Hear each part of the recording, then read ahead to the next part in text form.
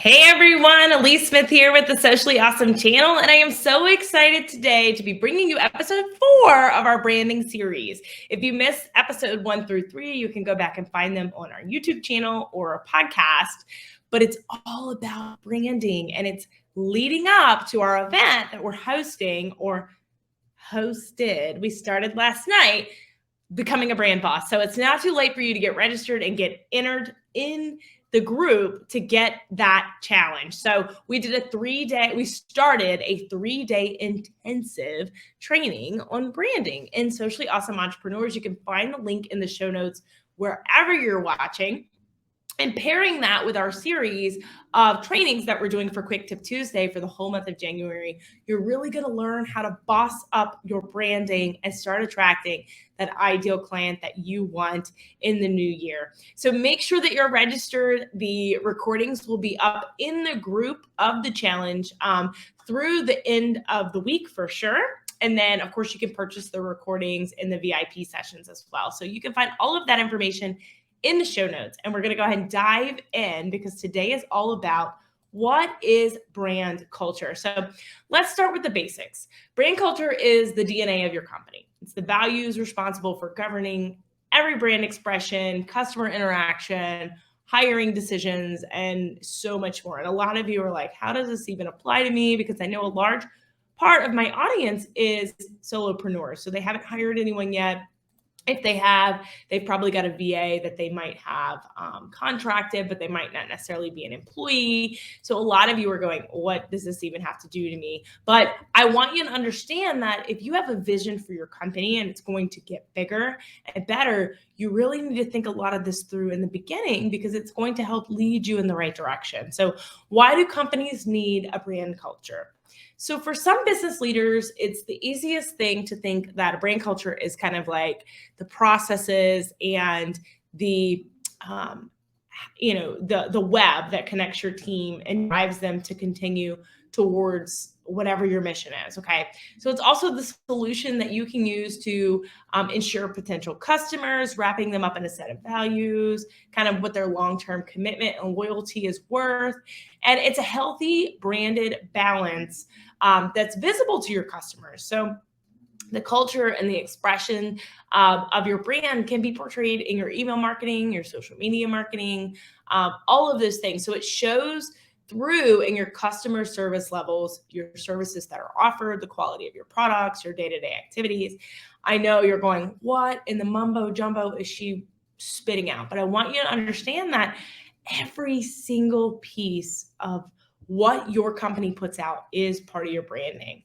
So I'm going to give you a statistic here that's going to shock you because I'm a millennial, but 83% of millennials, okay, so we're the biggest buying group in today's world, want companies that are aligned with their values.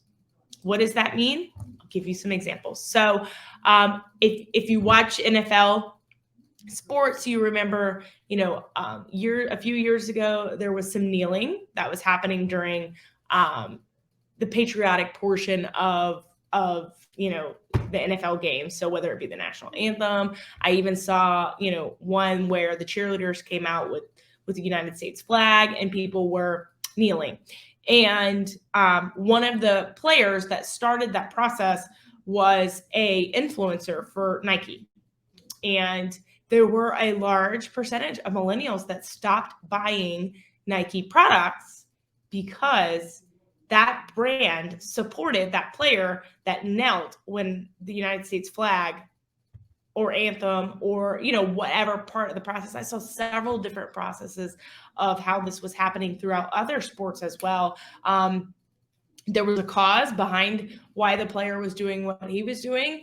And there was a cause that these millennials felt, and this is a very controversial topic for me to even bring up, but it's important for you to understand because if you remember, a lot of people quit buying Nike products because they were supporting that player.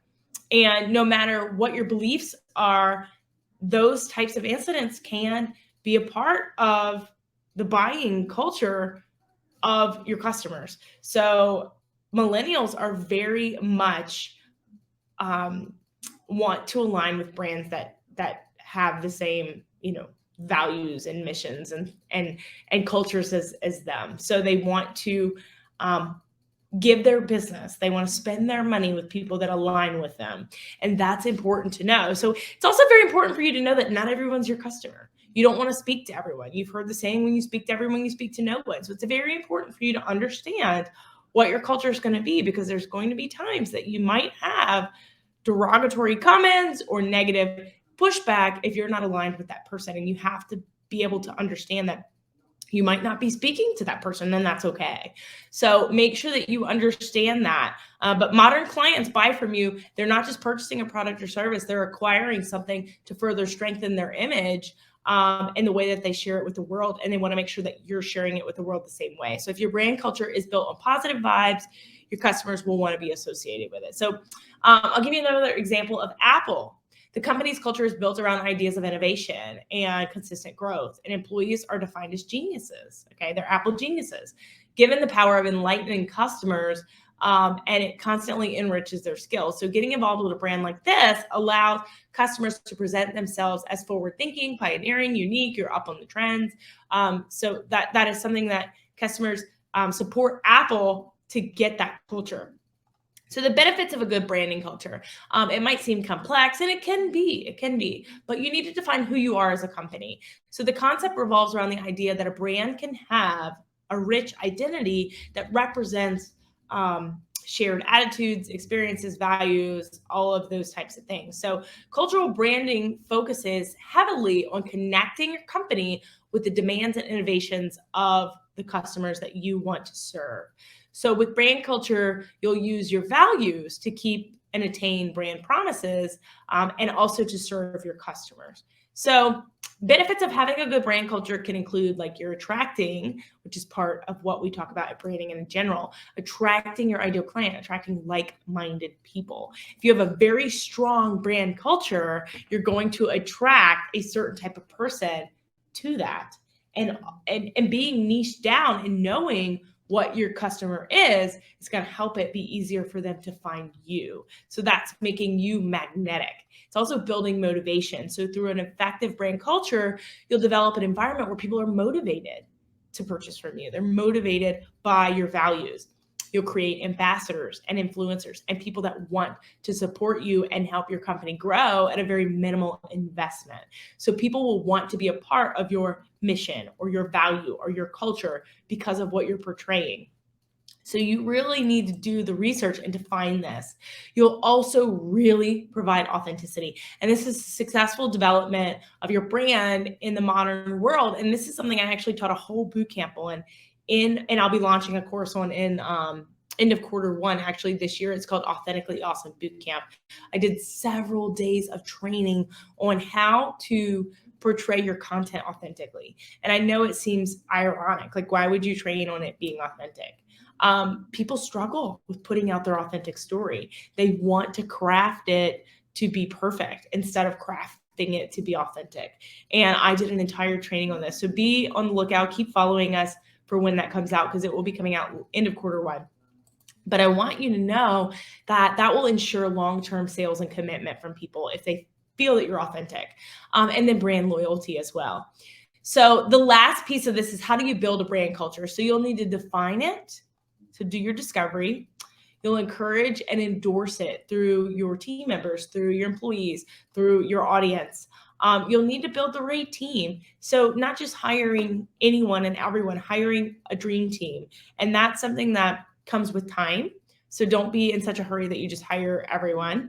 Reward and recognize the people that are living out your culture, alongside you. So if you have people in your audience that are constantly supporting you, make sure they get some recognition, and work on your branding elements to make sure that they are attracting those people you want to work with. So I hope you got value out of this episode. If you did, please take a screenshot of wherever you're listening or watching and put in your stories, tag me. I will make sure to give you a shout out. It's the best way to grow your own audience, so leverage other people's audiences. And as always, if you haven't already subscribed, make sure that you do, so you get our entire series for this month and all of our Quick Tip Tuesdays to come. As always, make it simple, make it social, make it awesome, and check the show notes for all of the deets that you want. See you next time.